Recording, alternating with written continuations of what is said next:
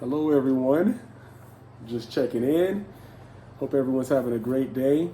I just wanted to do this video here to give you guys an update on information that I found out that was actually a little confusing, even for me, and I've done a ton of research and I was not able to research any answers, but I had to actually hear it from the horse's mouth themselves. So to those of you who watched my previous videos, you'll know that I have a health condition that I actually have to go back to the United States and seek treatment on.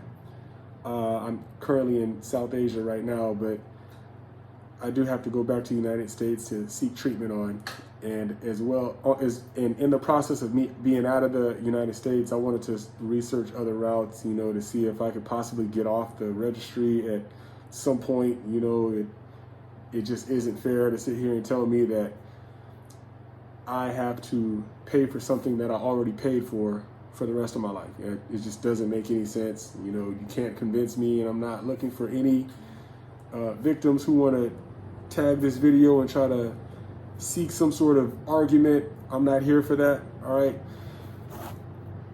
I just want to go over the question I personally asked the U.S. Marshal's Office regarding the 21-day notice, all right? And this is my initial, and I'll put it on the screen, but this is my initial email to the United States Marshal's Office.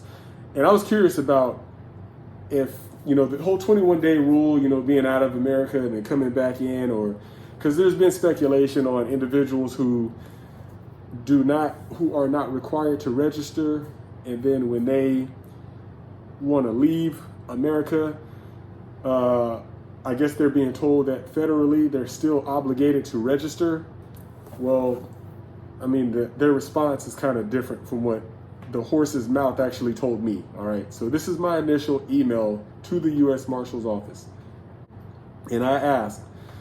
My email says, I am a registrant currently residing outside of the United States. That being said, I am no longer a covered sex offender by any department. However, I am wanting to know, how do we go about traveling back to the U.S.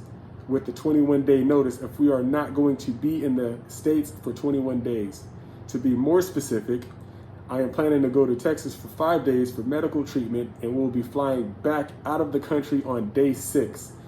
What is the process regarding individuals who are no longer residing in the U.S.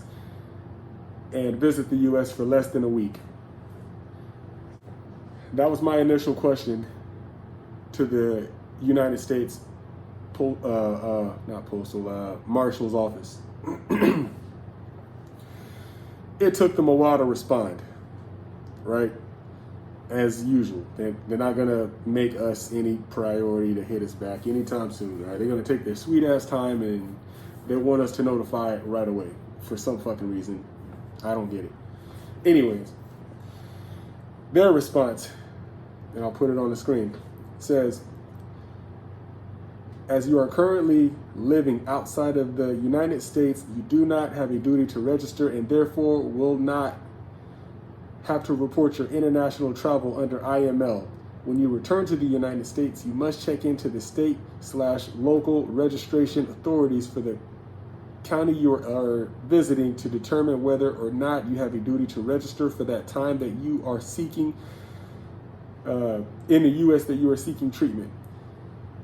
If it is determined that you do not have to register during your visit, you will not have any requirement to notify your departing international travel under IML, all right?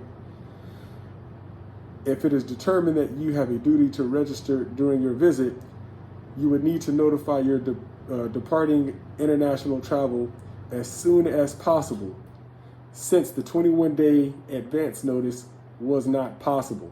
And you can see their credentials on the bottom, their email and all of that other stuff, their website, whatever. All right, so based off of what they themselves had emailed me back, if you are living in any state that no longer requires you to register, you do not have to report your international travel, all right? Plain and simple. And this is whether your victim was an adult or whether your victim was a child. It doesn't matter. All right. If you are no longer required to register, then you do not have to report any sort of email, any sort of anything, international travel to anyone, especially the federal government, right? There's been speculation about that. So I wanted to just throw that out there to get that clear, that this is what they themselves have told me. So when I go back to the United States, I plan on staying in a state that, well, first I have to go back to Texas to get treatment, of course. But other than that, I do plan on going over to New Mexico, where I'm actually not required to register anymore. All right. For some reason, Texas still has me registering, but I'm no longer residing in Texas, so therefore I am not covered within Texas. If I do go to New Mexico or whatever other state that no longer requires me to register, then I do not have to report this 21-day notice advance or this international travel. I don't have to report it to anyone, all right? I see a lot of comments questioning that, and I see a lot of misinformation saying, well, you still have to report federally. No, you don't. This is what they just said. You don't have to report it if you do not have to register with anyone. All right, so regarding my stay in New Mexico specifically, because I did my research and there were other states that will allow me to stay without having to register. You know, I can get off and get on with my life as long as I stay the fuck out of trouble. And I always say it every video: stay the fuck out of trouble. Don't put yourself in any harm's way by breaking laws or anything like that. All right. But the certified letter that I got back from New Mexico, and I'll read part of it. I don't want to read the whole thing, and certainly don't want to put out all my information on the internet, of course. But it says, after reviewing your file, the department has determined that your 2010 offense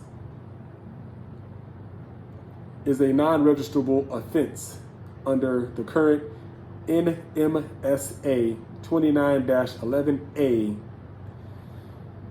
I guess that's a penal code, what they have. Therefore, you are not required to register in New Mexico based on our state requirements.